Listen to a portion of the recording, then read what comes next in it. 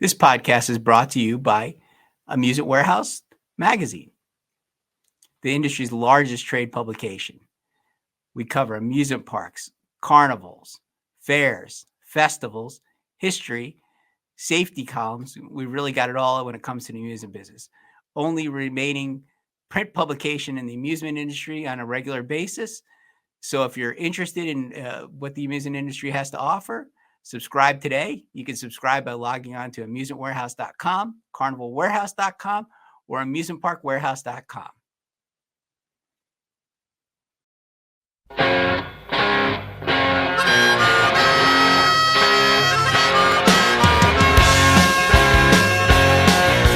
Welcome to another edition of the Amusement Warehouse Podcast. Today, live from vacation in Ocean City. No, probably working. Yeah, Mike? well, working. It's 46 degrees and the sun shining today, Ron. Yesterday was 46 and raining, but you're on the other side of the bay. Yeah, it's cold here too. We got a lot of rain yesterday, and then I went outside today. It was like 80, and then last couple of days, and today I'm like, ooh, it's cold out.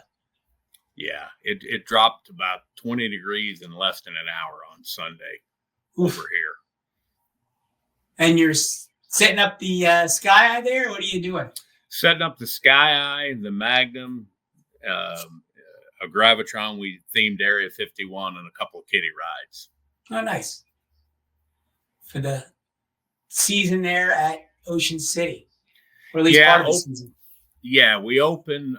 Some of the equipment stays here from Easter until Labor Day and then joins up with us, and some of it leaves the third week of July. For the big route. For the big route, for the state fair route, as we used to say in the business. That's right. The state fair route. State fair. Talking about the business, I wanted to, before we get lost in all our things, I want to talk about your history. And you don't have a history without a very prominent guy in this business, your dad, Red Wood, who was a legend in and of himself. So update us a little bit, or not update us, but tell us a little bit about your dad for those that don't know. I can't believe anybody doesn't, but I guess some of the younger people might not. And where you came from, Mike.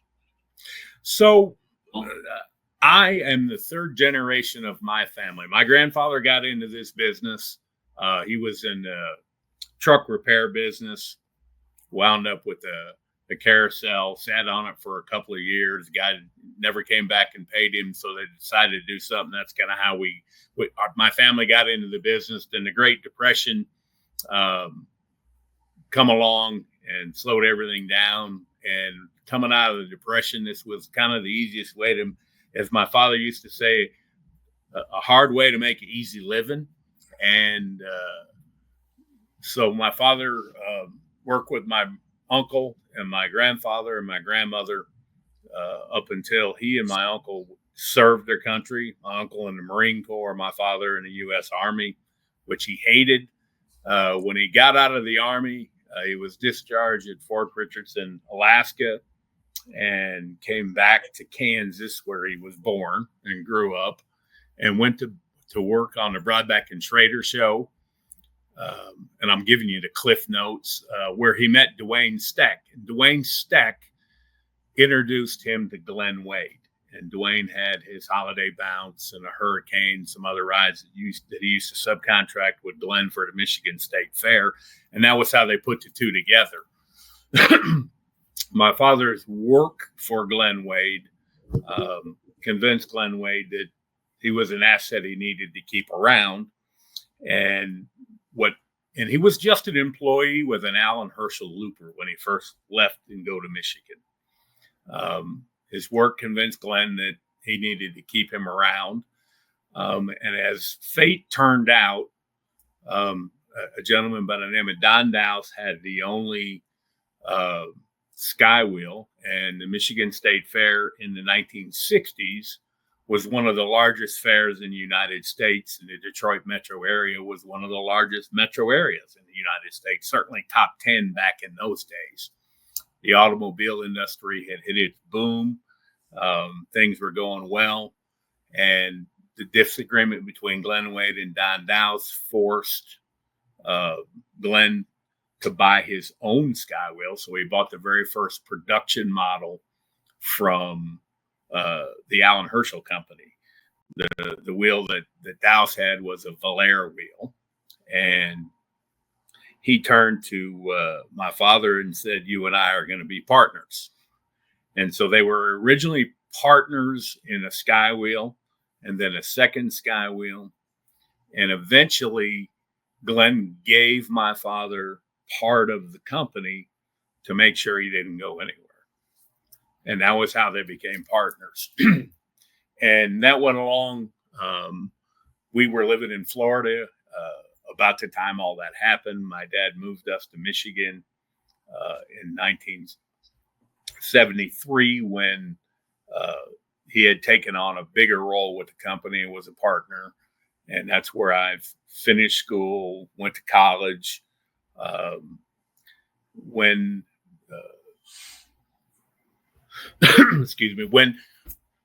And in 1980, they sold that company to Frank Zaitshik, the Wade shows, the WG Wade shows. Glenn wanted to retire.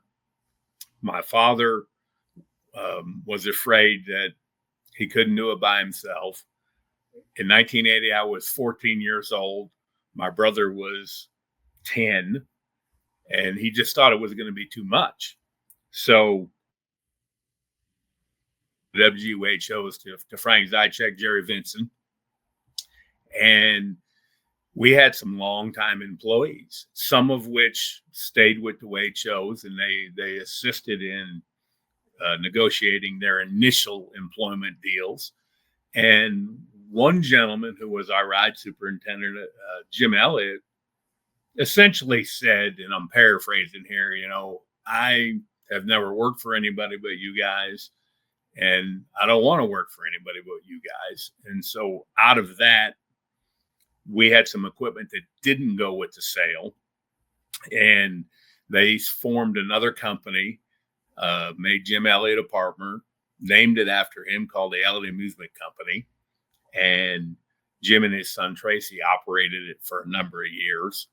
And then that we split up. We bought out Jim's interest in a company.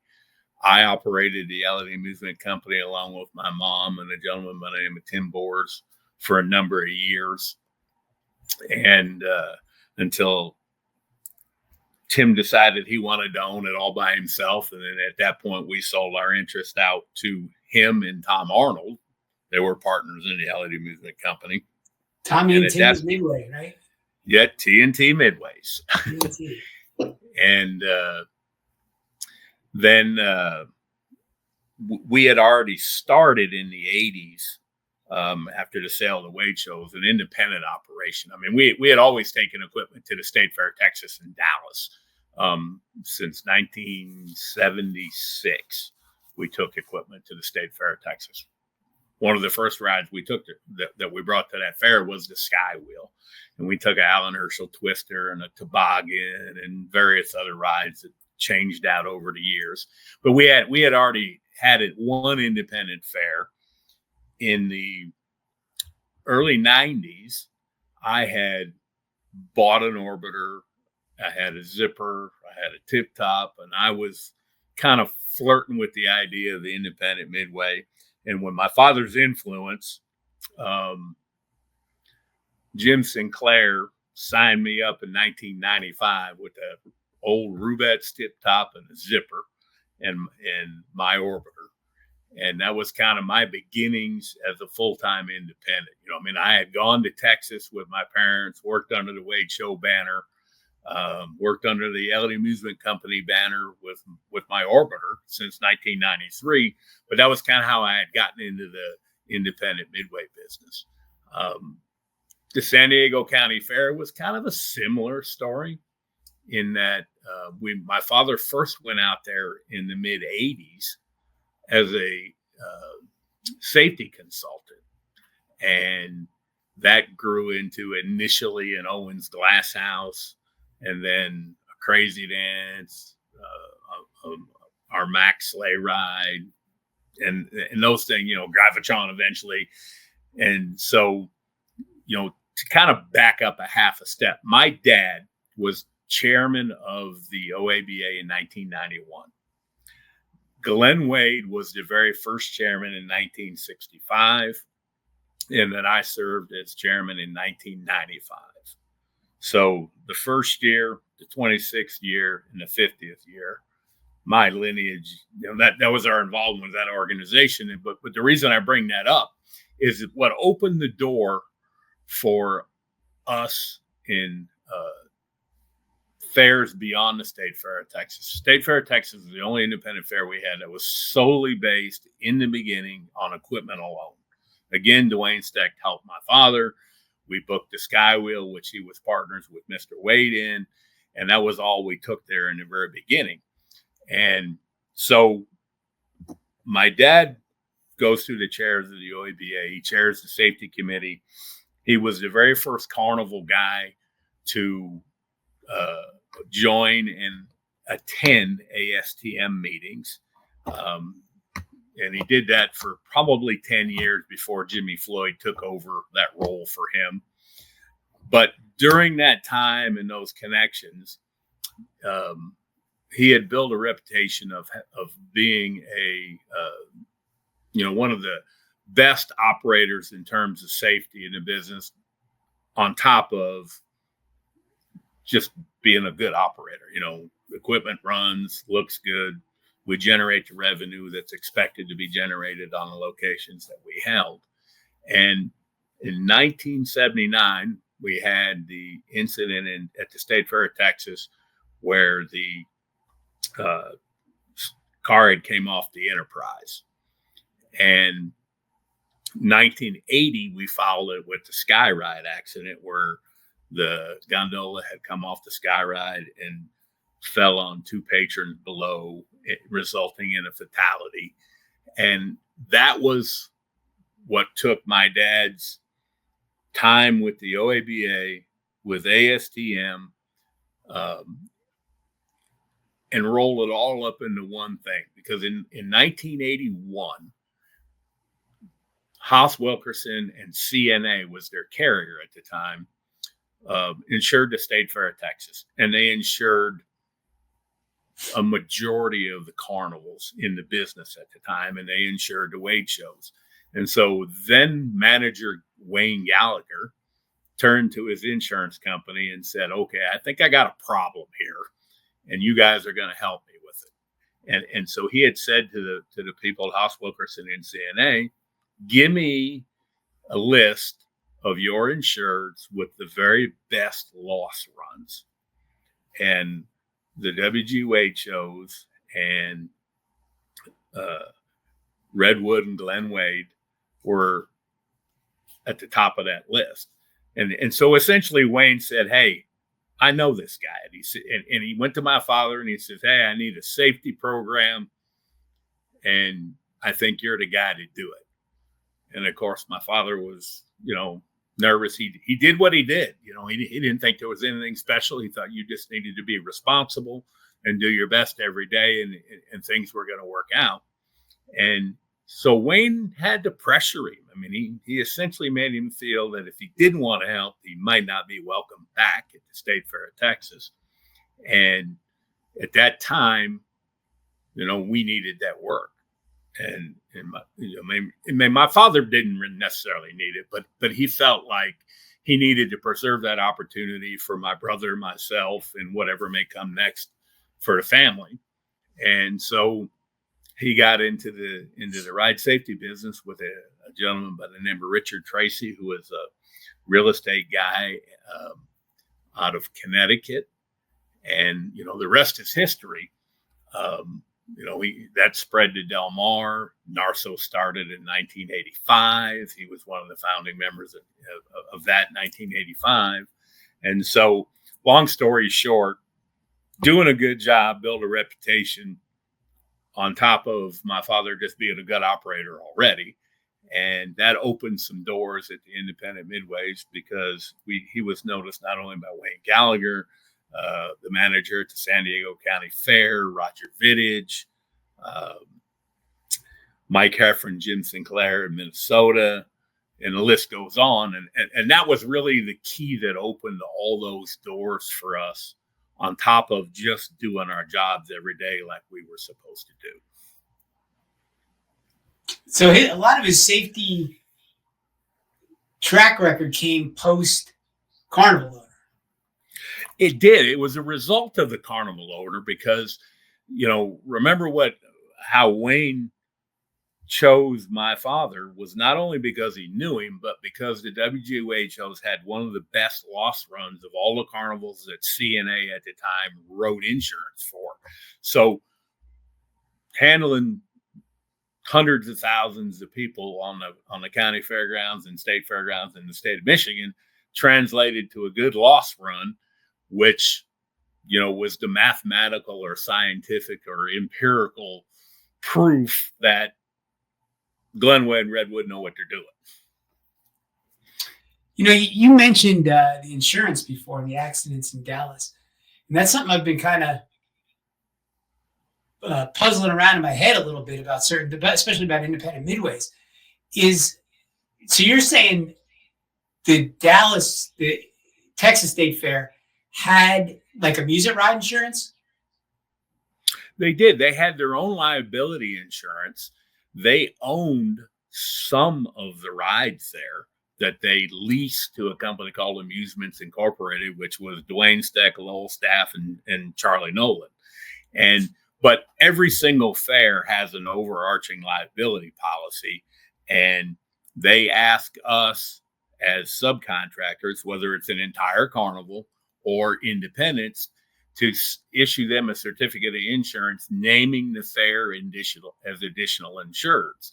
And so in this day and age, as it's about the money. So what they do is they name everybody and see what sticks. And of course, the fair has a liability policy.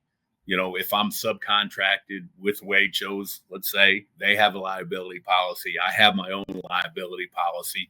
So the plaintiff's attorneys look at that at 3 bites, 3 different apples, and they try to see what sticks. But I guess what I'm saying is a lot I've had fair insurance before and for running an event.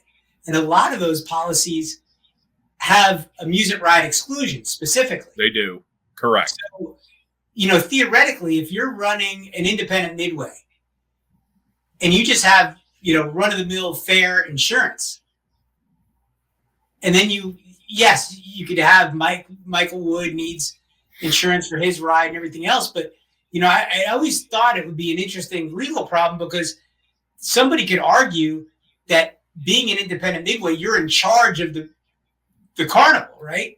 And then if your insurance doesn't cover amusement ride accidents, that could be a little bit of a tricky spot to be in. It is, and you are definitely in the mix as the entity putting on the event. And that was what essentially the State Fair of Texas found out. They said, hey, we didn't think we were involved in this, but we are involved in this. And that initial incident, and then the unfortunate one that followed the very next year, proved to them that they were entrenched in the process enough that they would be held responsible. And so they started their own third-party independent inspection program as a result. Back then, the state of Texas only had a requirement to have insurance, but Right. They didn't really have an inspection. And as a result of those 2 incidents, the inspection program that we now live under was born. And interestingly enough, a similar incident, and I don't recall the specific incident, triggered something in the state of Michigan, and they drafted Act 225 that still exists, that regulates amusement rides in the state of Michigan. In 1966, it was signed into law. The very first amusement ride inspectors for the state of Michigan, my father helped train at our winter quarters in the winter of 1966, because they really didn't start inspecting until 1967 in the state of Michigan. So, I mean, our history in the amusement ride safety goes that far back. I mean, initially in the very beginning, it was Glenn Wade. Glenn Wade had the political connections. He was buddies with George Romney, who is Senator Mitt Romney's father. He was the head of American Motors at the time. They grew up in the same community in Lenawee County in Adrian, Michigan. Although Mitt was born in Mexico, but grew up part of his time in the state of Michigan. And George was the governor, and he made his political presidential bid in 1968. So that was the connection. And he turned to Glenn and said, hey, we need to do this, and I need your help. And of course, Glenn said, I got a guy. And that guy was my dad. That's pretty interesting. That's very interesting. Yeah. And I asked that question about the independent midways because, because some of these, like not probably the biggest ones, but there's been other attempts to have an independent midway.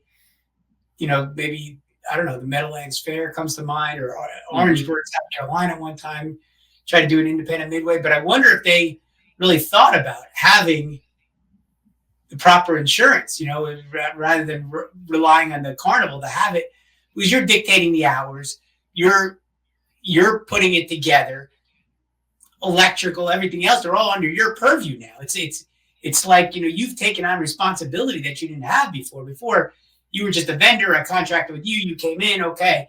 But now you're kind of in charge of it. You're the ringleader, whatever you want to call it. And it's amazing they exercise a considerable amount of control. Okay, they dictate hours. Yeah, they dictate uniforms. They dictate pricing with limited input. I would say not all of them say this is what you charge. You can negotiate some of that. It is amazing to me, and it's funny you bring this up. I've always been amazed that somebody has not successfully argued, and maybe they have, and I'm unaware of it, that the fair is involved and they're the producer and I'm just part of it. But eventually that may happen. I mean, that's exactly what I'm arguing, because it is that way. I mean, there's no question about it. It is. And I think either luck or ignorance, I guess, to a certain extent, not sort of invincible ignorance, because they just don't know it, how it works, the kernels of it. Yeah. So, there's been some maneuvers made over my career in the independent midway business where they have exercised less control, but they do it in the form of higher expectations. They all those independent midways now will issue you a vendor handbook, and it's got all the expectations that they have of you. They just don't specifically tell you, but they still issue uniforms and a uniform code, and they dictate the hours. And so, sell the tickets. Yeah. At the end of the day, they have an insurance policy, and I think they pretty much just rely on it, and they rely on not getting through our insurance policy. I can remember when I started, it was $300,000 for a kiddie ride and $500,000 for a major ride.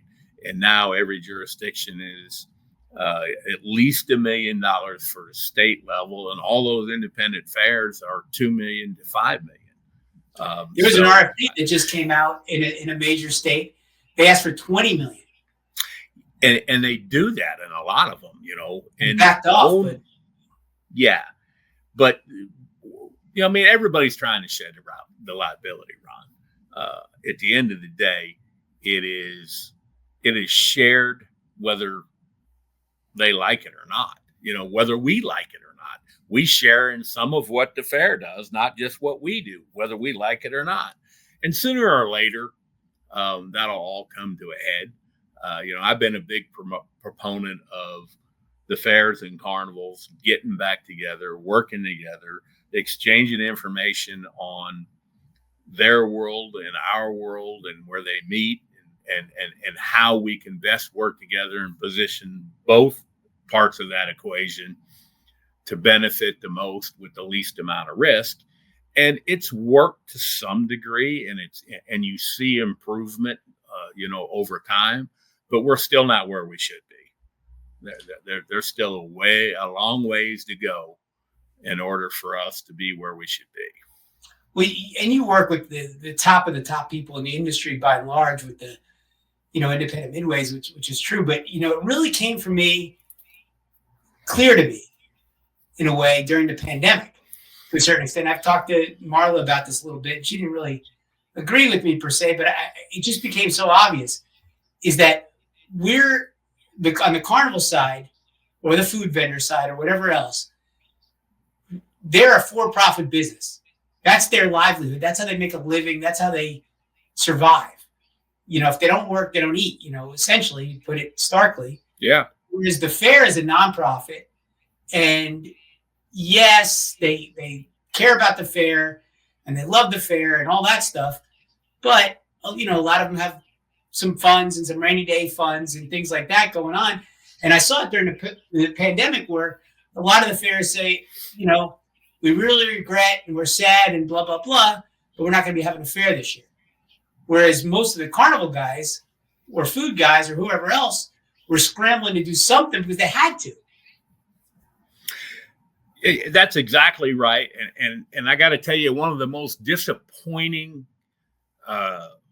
moments of my career was in 2020 when the pandemic hit, and you can blame whoever you want for the cause of the pandemic. It still came along. But the disappointment to me was, as you just pointed out, and we sought an alternate way to use the assets that we own to try and produce the revenue that we needed to fulfill our families, is that very few, if any, conversations went on between fairs and carnivals about, hey, if we can manage to convince the local municipality to hold a fair, can you guys do this? I mean, we weren't included in the decision at all. And, here I am going through my career, working hand in hand with these guys, thinking, hey, we're really getting somewhere. And then reality strikes you, you're just one of the many things. And we are, carnivals are not the only thing that happens at a fair. And if they are, the fair is certainly not the top of the tier. It may be in its category, but, the Houston Rodeo, the State Fair of Texas, San Diego County Fair, Wisconsin, all those places, the Carnival Midway, or even if it's independent Midway, enhances why they came to the fair. We are not the reason they came to the fair. You're not the fair, right? That's true. That's kind of like with the name thing. When the name was first going about, I was thinking of the same thing because, the Pete, not of course, Frank Conklin or Danny Houston or those guys, but on the other side, like the Michael Solomons and those guys, I think on one level they thought they were buying fairs, and they weren't. They were buying a carnival, right? They were That's buying. Right. It was. I said, trying to make the analogy to somebody not in the industry. I said, it's like if I wanted to take over all the malls in the world and I bought Macy's or something. Macy's isn't the mall, or Chick-fil-A. Macy's is not the mall. The mall is not Macy's. It's yes, they're a component, really important to the mall, but they're not the mall. The mall still dictates. And when West Palm comes to mind, when their idea at first was to have sponsors, they were going to get sponsors. Well, they got sponsors and they ran into West Palm, and West Palm said, I'm glad you got them, but you can't have them. We have our own sponsors. You can't bring them. And, I think that was an epiphany for some of them, because they were like, oh, because, like you're saying, the carnival's a vendor. The carnival's not the fair. It's not the same thing. Exactly. And that's why I say it was one of the most disappointing moments of my career is when I found out that we really hadn't achieved even close to where we should be. We should have gone in my opinion, we should have gone at the pandemic as a partnership, and, we should have been right there. like the state fair in Texas canceled because there was a judge who ultimately had to make the call, and he said, hey, look, better to err. Essentially, he said better to err on the side of caution than not. And so they didn't hold the fair in 2020. In 2021, when we're still trying to come out of the pandemic, the very same thing happened again, and the same judge said, okay, if you can meet these social distancing protocols and standard health and safety protocols that have been laid out, then okay, you guys can have a fair. And we ended up changing equipment where there were bottlenecks for pedestrian flow. Those all had to be opened up so that people could maintain the proper 6-foot spacing that was recommended. But during that conversation, Rusty Fitzgerald and his team had reached out to us as operators and said, okay, we think we're a go, but here's what we're going to have to do. And, if every fair had gone down that same road and there was that kind of communication. Yeah, because a lot of the fairs didn't have communication, like you were saying. I mean, it's like, can you hear me?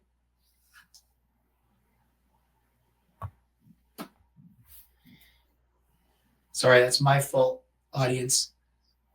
I hit the wrong button. Sorry about that. No problem. If more fairs had undergone that same type of communication, then maybe some of them get open sooner. Some of them took 2 years off. Now, a lot of that was not the fair itself. It was the political environment in which it exists. So to be fair to all parties, including the fairs, no pun intended, some of it was beyond their control. But nonetheless, those conversations didn't happen in a lot of cases. It was just they dictated to us, nope, not having a fair, tough luck, sorry, good luck. I still think the thing that you're those people, and I know those people, and they're wonderful people. But the problem is, from a business standpoint or from a aggregate standpoint, is we have different purposes. We do. A nonprofit fair, their goal is not the same as a for-profit company, and they can be similar, and you can have people that sympathize and everything else. But at the end of the day, it's not the same thing. It's like you could have the greatest guy working for you, right? A great guy that cares about the company, but if he's not paying the bills and he's not getting the level of stress or whatever from not succeeding, he just can't be the same as you as an owner. It's just not the same. No matter how much you try, and maybe in certain circumstances extraordinary, yes, but I'm saying in the aggregate, it's a different purpose, in the end. So that has to be, I don't want to say overcome, but it's got to be understood when we're talking with them. Well, I think you're 100% right, Ron. Understood is the correct term. We need to spend far more time discussing with fairs what their problems and challenges are. And in turn, they need to be discussing what our problems and challenges are. Because not at the great big state fairs, because that's a little bit different animal, but you take your average county fair, and I don't mean a huge county fair like the San Diego County Fair, which is, arguably one of the largest fairs in the state of California, and it's certainly bigger than the state fair in attendance, revenue, and all kinds of things. But the carnival behind the gate is typically the largest single source of revenue. And it's certainly one of the largest single sources of net revenue, because they have very little expense beyond giving us the space and what little bit of city utility, water, and sewer we may consume. So most of that money is net revenue to them, where the gate, they got to produce the event, man the gates, and sell the tickets. The same thing with the grandstand. They have to produce the shows at the grandstand. They got to sell the tickets. They got to pay the artists. They got to do all that stuff. The carnival comes in. They give us a plot of land, and say, here you go. And we pretty much do everything else. I mean, typically we'll use city sewer, water, and some city utility, but the bulk of what we do is generated power through our own temporary electrical grid. So we need to have way more conversations, but by the same token, we need to understand what the fair's challenges are too, because it can't all be about us, just like we feel like it's always been all about them. There needs to be a partnership that is built on trust and mutual respect, or this business doesn't survive. At least our segment of it doesn't. And most of the smaller county fairs and events don't survive without their carnival because they need that revenue. You go to Minnesota, 2 million people show up to Minnesota State Fair and they want to walk around and eat. And every good major event has one single thing in common. And that is that they're producing an event that their attendees or citizens want. And that's through exhibits, agriculture, food, carnival, midway, on and on. The car show, whatever it is that they put on. Most of those guys are successful in their own right because they figured out what it is that their attending public wants, and they do that and they do it well. And a carnival, its role is to entertain people in between what else they really came to do. So the family comes to see a little Johnny's sheep entry, and then they want to go eat food from their favorite vendor, and then they want to go to a grandstand show, and then they come by and they see us and they spend some money with us. And we're good at what we do. We are professional fundraisers. Sometimes we do it for the fair. Sometimes we do it for the firemen's organization, the Kiwanis Club, whatever the function may be. And we're good at that. We entertain them. That's how we fundraise. We entertain them with amusement rides, with shows, games, food, all the things that encompass a carnival midway. And so we have logistical challenges that the fair doesn't have. They have stationary issues that we don't have, and you can get into a whole host of them, but, property tax, dealing with the entity that may own your land, all those things, the board of directors, capital improvements, one of the more successful guys that I knew in the business, actually 2 of them were Mike Heffron and Jim Sinclair. And Mike Heffron was the first person that I heard say this, but he said, "This is the people's fair. We're just stewards of it." And that attitude is what their success is built on. They do what those people want. I mean, if you ask me, Wisconsin, Minnesota are giant block parties, and they have a fairly large agricultural component to them, which is part of the allure of a fair. You can't see cows and pigs in the city very much, and most people don't even know where their food comes from, that's what it was. A fair was an agricultural exhibition in the early days and grew into what it is now. There were no grandstand shows or any of that stuff early on in the fair industry. It was basically farmers showing their crops, and then implement dealers came with their mechanized machinery, and the rest is history. It's all, and you could argue, which path took what first, but at the end of the day, the business has evolved over time. The amusement industry or carnival business has become a big part of fairs because we've become very proficient at what we do. We can raise a lot of money in a short amount of time if the fair can draw the people there. And people with the money in the carnival business, right? Essentially. Correct. If you get X number of people, you're going to get so much per cap, and it's going to be, like you say, essentially net money to the fair. So it's a big thing. Well, it's taking advantage of the opportunity, and we are not all the same in that regard. Big fairs that have chosen to have independent midways, the State Fair of Texas, Minnesota, Wisconsin, made those choices because they felt that competition was going to be better for them. But they also knew that by doing so, they gained more control over what they wanted to do. Is it the only answer? No. And in fact, it's a much more difficult option in independent midway for a fair, because now they have to worry about the electrical grid. They have to worry about all the staff housing. They have to worry about promoting the carnival, which they do to some extent already, selling tickets, dealing with complaints, all the stuff that a carnival managing games comes as a package of deal. Oh yeah, concessions and drain wastewater and all those kinds of things that they use that they don't have to do if they say, look, here's your space, stay in it,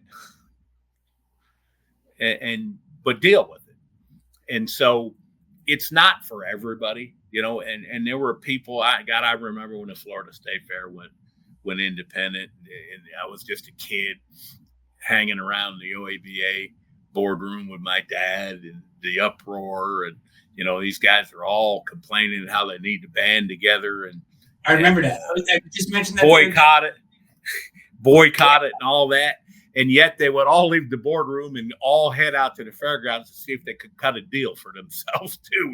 So hypocrisy is on both. Mike Williams and Frank Zaitshik and the guys that were in there, like, J.D. Floyd, Jerry Murphy, Ed Gregory. I mean, there was a long, distinguished list of people that were all doing that. And I only point that out because, I spoke a lot about the hypocrisy on the fair side of things, but we have it on ours too. Oh, yeah. And long story short, we don't act like the partners we actually are. And if we did, I think the sky could be the limit, because we know what we're doing about what we do far better than they do. And they know more about what they're doing than we do. And if we would both play to our strengths and communicate, I think we could do much, much better. And I think if you look at the success stories within the industry, and you can pick your poison on who you want to point out first, but you look at the success stories, that's exactly what's happened. Those guys typically have long-term relationships. They have great communication, and they go at it with that approach. And not only is the fair grown, but the Midway and the Midway revenue has grown where that cooperation has happened. And I think you're right about that. Very strong. And you look and you go to the relationship where there's your space, don't get across your line, boy. It's kind of stagnant. The fair hasn't grown much. The carnival hasn't grown much. And everybody's still complaining about they want it better and they want newer rides and, all that stuff. But nothing changes. It's the definition of insanity. One of the things when you were going through the litany list before of what the carnival does or how easy it is in some ways, another thing, and I learned this early on at the Ohio State Fair when I first was involved over there. It's if I'm the guy from the fair that's in charge of the carnival, and I'm in charge of the concessionaires. If I want everybody to sell Coke on the food side, I have to have 50 meetings and hear 1,000 complaints from 20 million people in order to convince them to do it. Now, if Mike Wood owns the carnival and I want to sell Coke, I go, Mike, all your vendors are going to sell Coke. And you go, yes, sir. And then you go and sell Coke. Then I had the 50 meetings and thousands of people and all the arguments. It's like herd cats, Exactly. Louis Perez, because he was complaining about the way one of the food stands looked at Amusement of America at the time or something. I said, Louis, look at that guy. He's made out of wood. It looks like it's falling apart. He goes, he's this guy's cousin and blah, blah, it's always a story.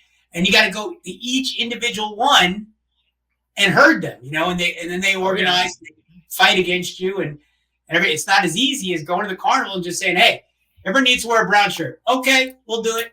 Maybe there'd be a little pushback, but essentially one guy is going to handle, 200 between the rides, the food, the concessions, boom, and you're done. And that makes it so much easier than having to herd all the cats, on the independent midway.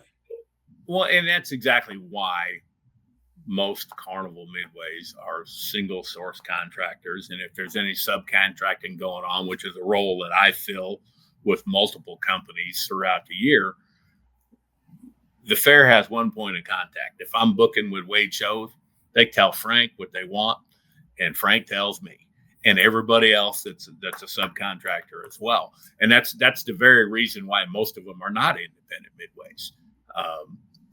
And everything always comes down to money, Ron. And the first thing they look at in an independent midway is they say, wow, we're going to get all this revenue.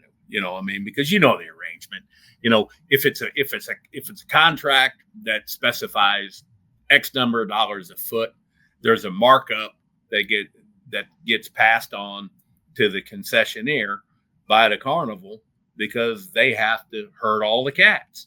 And the fair, some of them look at that and they say, well, if they're paying them that much, why are we not getting more money out of our people? Or,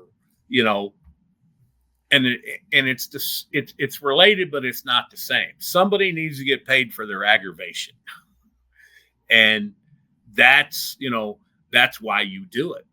And their equipment and their personnel and their. Yes. Oh yeah. Well, and I just term that as the aggravation, everything that it takes to do it, and as the older I get, I look at the aggravation, the amount of effort that it takes, the conditions, all the things that you want that are asked of me. And I look at that aggravation and I look at the revenue and I find myself making my decisions on, is the aggravation worth the profit?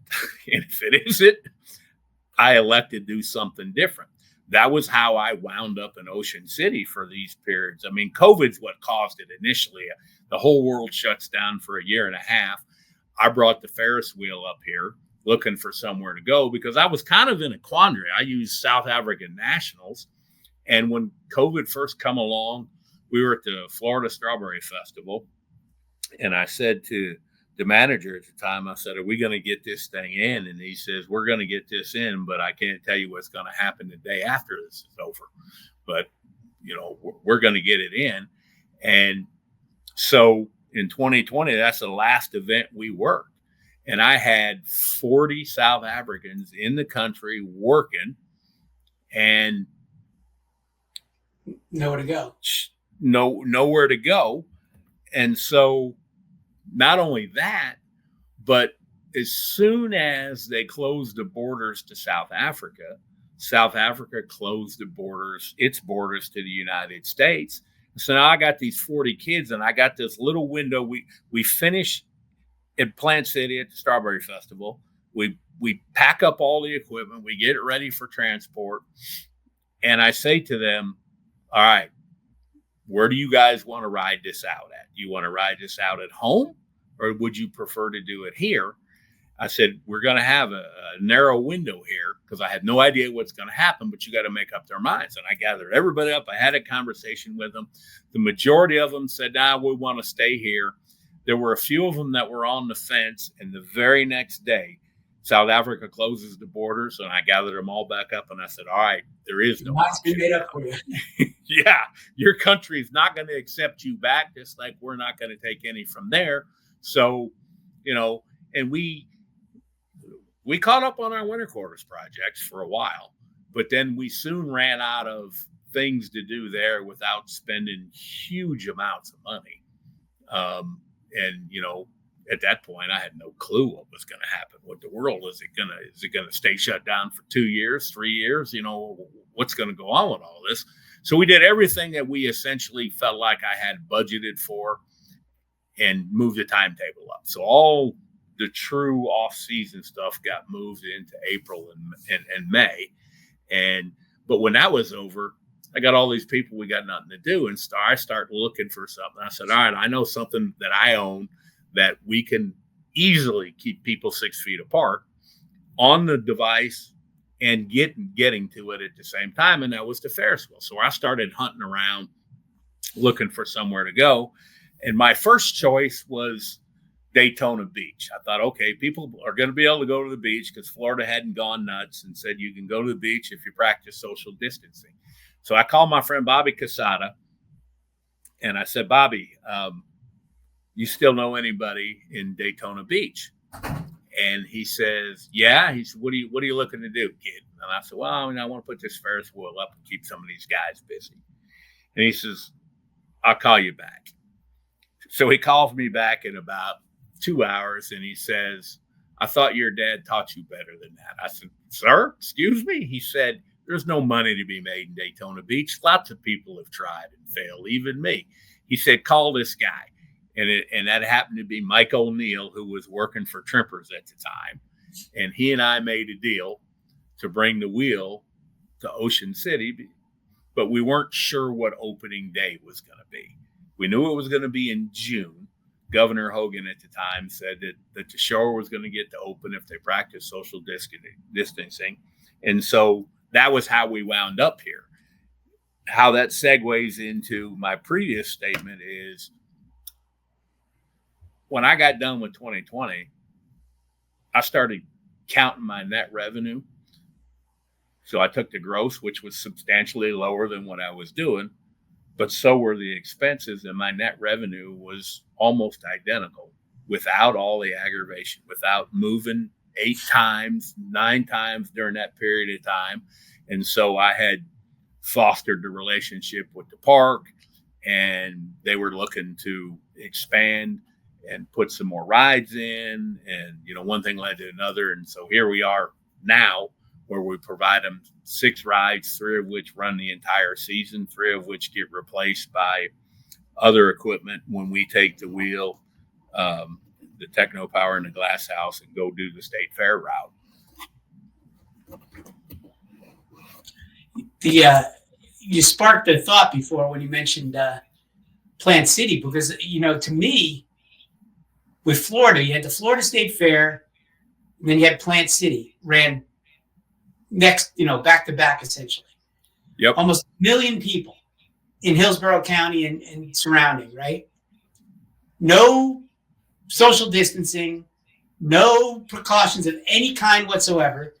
And there was COVID there. I mean, they had COVID cases. Oh, absolutely. It wasn't like it was a thing. So, when I was looking at stuff and writing and, for the magazine and stuff, that was the first thing I looked at. I said, there had to be a giant spike in Hillsborough County after you just had 1 million people, kissing the corn dog vendor and running right up to stuff. You'd think something went on. But there wasn't. There was no spike in cases, with 1 million people out there. And that got me to thinking, maybe this doesn't spread outside very well, and this is, don't forget, when the virus was most virulent, when it will not spread, but it was most dangerous, I guess is the way, because, generally the first iteration is the most deadly, and then it backs off. But, so I was thinking about that. That was my first thought. And nobody really, looked at evidence like you were saying before. It's like there's no communication. Nobody said, we do have some precedent here, and nothing happened. But even later on, I'm talking, because I work with fairs all over the country, and I'm talking, to Florida, which is wide open. I mean, South Carolina never closed. There was a guy that operated in South Carolina, and he called me like in March or April, and he goes, I don't know what to do. I'm still open. He's like, I feel like I should close because everybody's closed. He said, but nobody's closed me, so I don't know what to do. And he wound up closing, but they didn't force him to. But, there were fairs open in Florida, fairs open in South Carolina, fairs open in Georgia. And then I'm working with fairs in New York. And they're literally going to me, I wonder what's going to happen if we try to open. Do you think people will come? But the question was already answered because events had been running. It wasn't, but they were acting like they lived in a silo, it was great. And then California, forget it. And for 2 years in California, 2020 and 2021 both. But look at the season that we had, Ron, in 2021 when we finally did get back open, which was really, June before it got back going. But there'll never be another year like 2021. I mean, you talk about catching lightning in a bottle. There will never be another year like that in a long, long time. And it was because people just wanted something to do. Big corporations, Disney, Universal, those guys, that lawyers have more influence on than us, I guess, and are far more risk reward based. With us, it's as you pointed out earlier. In a lot of cases, well, we need to work. This is not a huge margin industry. Where most of the people that are really wealthy in the amusement industry took money from the amusement industry and put it somewhere else, and that's where their wealth comes. The Floyds and Baxters with Cracker Barrel, and on and on. Real estate. Larry Davis was a guy that did that. And he's not the only one. The Murphys, all those guys, Straights, they all took money from the business and put it elsewhere, and that's what generated their long-standing wealth. I mean, you generate a bunch of wealth with this industry, but you have assets that depreciate fairly quickly, that only have value to a few people. And so that wealth is like a roller coaster ride, pun intended. It's up and down. And, what we have not done a very good job of is explaining our side of this business equation. And, I guess in the beginning, it's part of our allure. Back in the days of the side shows and the athletic shows and the girl shows and even the flat joints, that was part of the allure. You're going into Alibaba's den and you're going to survive the 40 thieves, and that was your entertainment. And maybe that wore off on our thought process a little too much, and we thought that not exchanging information with our partner was the way to go. And maybe it was. I don't know. That was before my time. But now it certainly is not. The cost of business is so high. I mean, look at this. The single most expensive thing I do is labor. The single largest expense is labor. And because I'm in the H-2B program, I don't have any control over the cost. Uncle Sam sets a prevailing wage based on the locations that I go. And so the government is setting what my labor cost is going to be. And what they set the rate, and the fare sets the number of hours I need to work. But that's actually your biggest, I don't mean to correct you, but that's not your biggest expense is rent. Well, yes, the biggest expense is rent to the fair, but I mean, I'm saying of the expenses that I pay, number one is labor. Yeah, absolutely. Yes. Number two is transportation. And so in labor, I don't set the rate and I don't set the hours. And if I say I need, to double my staff, the fair says you're still paying the same rent, so I can fully comply with wage and hour laws in every jurisdiction. And then I say, oh yeah, I'm going to need space for 15 more trailers because I have to double my staff. They say, oh, sorry, don't have it, which is, and it goes on and on and on. And that's why I said we need to have better conversations with our partners. Yeah, and to understand that you're paying all your expenses out of, what's essentially half your money or close to half your money. It's one thing if you gross $1 million, you have $1 million, and then you start paying your expenses, you're like, okay, I'm fine. But if you say, well, I got $1 million, oh, now it's $500,000. That's before the government takes anything, yes, or that's exactly so right. The big number. When I had a little show, and I didn't grow up in this business, so I had friends outside the business. I had one come visit me one time, and at that it was all cash. So we finished some little event, and I probably had, I don't know, $75,000 that I had in a brown paper bag that I had to carry over the bank. They thought I was rich, I had $75,000 just for the weekend. It's like, yeah, now watch when I write checks tomorrow and see how fast that goes, But you lose sensitivity. You're missing a step. You become desensitized. You do, and you missed one step where the bank asked you 97 questions like you're a drug dealer. Where'd you get all this money? And or made me wait in line. I'm like in a line with 10 people. I got a bag of money. And I said, is there a room I could go? No, just wait right there. It's like, what are you talking about? Yeah, then you get the scrutiny of Uncle Sam and the bank, and then the fee to count the money that they're going to put in the bank, and the list goes on and on. I didn't have to pay that. That would have drove me out. That would have Well, sent it me is right over now. the edge. Yeah, it is now. It drives me crazy. I fortunately most of my work is direct deposit or with a check, and so it's all now with the transaction ticketing and the fun tag. Yeah. We've been talking for an hour, believe it or not. I feel like we didn't even. You're in the carnival business too. Don't you own some rides and stuff? I do. We barely got to that. I was going to ask you about the Sky Eye. I'm going to have you come back on for something soon, but it's always interesting talking to you because you like to discuss some of the larger issues that I'm fascinated with too in the industry, and it's always great to have your insight on stuff.